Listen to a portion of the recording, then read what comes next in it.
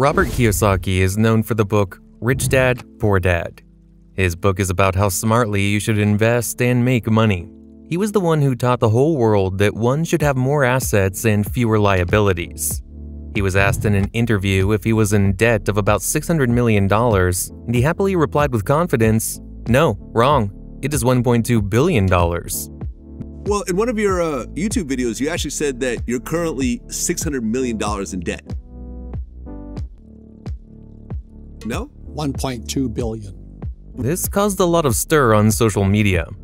News outlets covered this topic, and they tried to scare people off by trying to show that Kiyosaki does not follow his own teachings.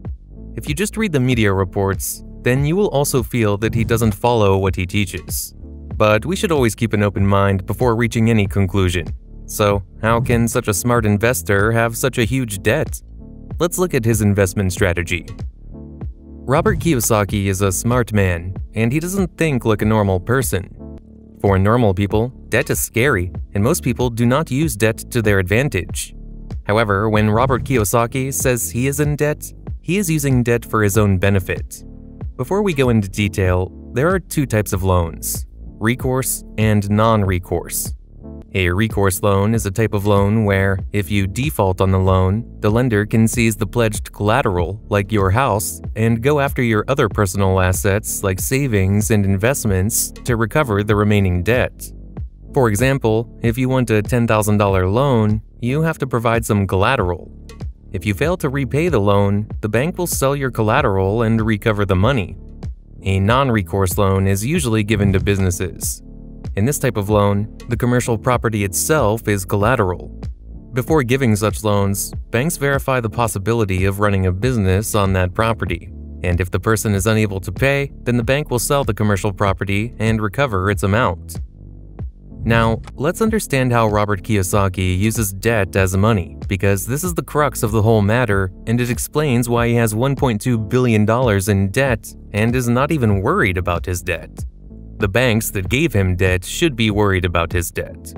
If you watch any interview of Robert Kiyosaki, you will quickly notice that he doesn't trust the government or the tax system. He constantly says that equities, bonds, and all these things will soon collapse. Now, as an investor, if he doesn't invest in stocks, bonds, and equities, where most people invest, where exactly does he invest his money? The answer is real estate, gold, silver, and oil. Kiyosaki owns all these assets, and he does not keep cash. Instead, he prefers to invest in cryptocurrencies. Real estate is an asset, and Kiyosaki owns 15,000 properties, which he bought with debt. He owns gold and silver mines. He also owns oil wells. So far, you might have understood his investment strategy. Normal people will buy gold or invest in gold mining stocks or gold ETFs, but Kiyosaki focuses on where the real money is made, the gold and silver mines. The same thing is true with oils. Normal people own oil company stocks, but Kiyosaki owns the oil wells. So basically, his focus is on the source of the most valuable things, which all other people find useful. He constantly says one thing: you should invest in silver. Why should you invest in silver? Because the fiat currency dollar was backed by gold until 1971. But after 1971, the currency moved away from the gold standard, and now the government prints billions of dollars whenever they want. So he believes that as money can be printed anytime, the value of the money is not decided by the market, but it is under the control of some authority, and they can manipulate demand and supply as per their own will. So, owning real assets such as gold, silver, and real estate is always beneficial. In his book, he categorizes good debt and bad debt. A good debt is when you take a loan to buy something that will generate money for you. For example, if you take a loan to buy any commercial property, once you buy the property, you can start business there, and it will generate money for you. A bad debt is when you take out debt to buy something whose value depreciates over time. For example, if you take out a debt to buy a car, that car is a liability, and its value goes down as time passes. How can you justify this $1.2 billion in debt? Now, when Kiyosaki wants to buy a property, he uses the maximum amount of money loaned to him by the bank. Let's understand this with a very simplified example. Let's say he wants to buy a commercial property worth $100,000. What he will do is put in his own $20,000 and borrow $80,000 from the bank at 7.5% interest. Let's say the commercial rental property generates him a yearly income of 10% of its cost, which is around $10,000. Now, the interest he has to pay on the borrowed money is about $6,000. So overall, he made a profit of $4,000. He will take this profit and then again take on a new debt to buy a new property. This way, all his commercial properties will generate money and they will pay themselves off. The bank happily gives him the loan, looking at his status and portfolio. On top of that, the loan taken by him is a non-recourse loan, which means it is taken for running a business. The bank will think that even if Kiyosaki defaults on his loan, the bank can sell his commercial property and recover the money. This is how Kiyosaki owns around 15,000 properties and is $1.2 billion in debt. For him, this debt is a good one as it generates income and cash flow. During the 2008 crisis, Kiyosaki bought $300 million worth of real estate. During that time, the real estate market had collapsed and he got those properties for a cheaper price. Now, why does he say that it is the problem of the bank and he is not worried about it? The reason is that the banks had given him millions of dollars in loans, and if he defaults on the loan, then it is a very big black mark on the bank's balance sheets.